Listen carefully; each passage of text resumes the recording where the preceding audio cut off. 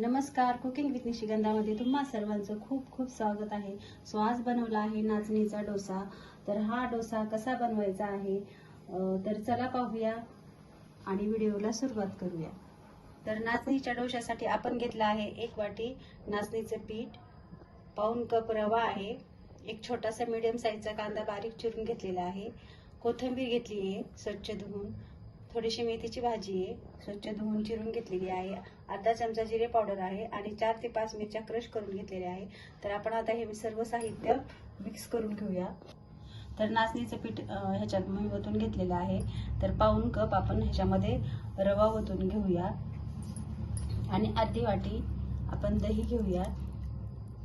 दही चांगलं आंबट घ्यायचं आहे, जास्तही आंबट घ्यायचं नाही, मीडियम साईजचं घ्यायचं आहे हे दही. तुम्ही हा डोसा नक्की करा, खूप पौष्टिक आहे हा डोसा आपल्या शरीराच्या हाडासाठी. ज्यांचे हाड खूप ठिसूळ झालेले आहे त्यांनी तर अवश्य खावे. आणि हे जे नाचणीचं पीठ जे आहे ते मी घरी बनवलेलं आहे.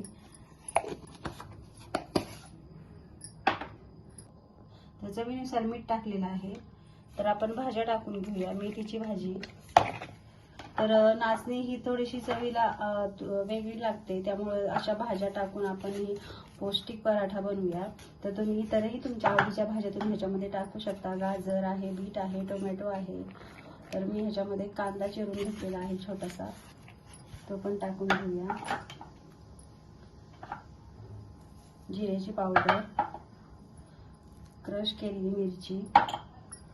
तर आता आपण ह्याच्यामध्ये पाणी ओतून घेऊया आणि हे सर्व एकजीव करून घेऊया. तर आपण हे पाणी जे आहे ते आणखीन ओतूया. आपण जसं तांदळाच्या डोशाला पीठ बनवतो तसंच बनवायचं आहे.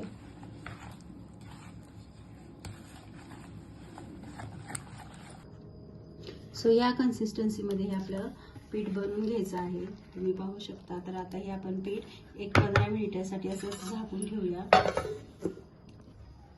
तर आता आपण 15 मिनिटानंतर डोसा बनवायला घेऊया.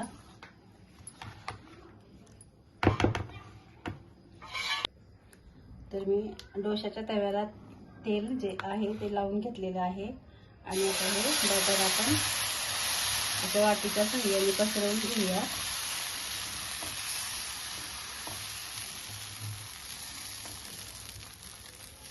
थोडासा हा जाडसर बनवायचा आहे आपल्याला.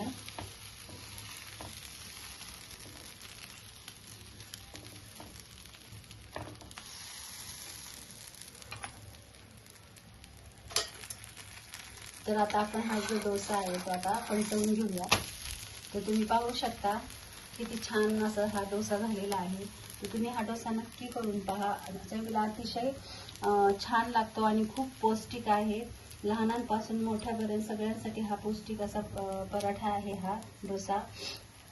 तर अशाच पद्धतीने आपण हे सर्व डोसे बनवून घेऊया. तर झाला आहे आपला नाचणीचा डोसा बनवून तयार खाण्यासाठी. तर तुम्हाला ही रेसिपी कशी वाटली नक्की सांगा आणि नक्की ट्राय करा, कारण हा डोसा खूप पौष्टिक आहे लहानांपासून मोठ्यांसाठी. तर तुम्ही चॅनलवर नवीन असाल तर चॅनलला सबस्क्राईब करा आणि व्हिडिओ आवडला तर व्हिडिओला लाईक करा. तर भेटूया अशाच नवीन रेसिपीसह. तोपर्यंत बाय बाय.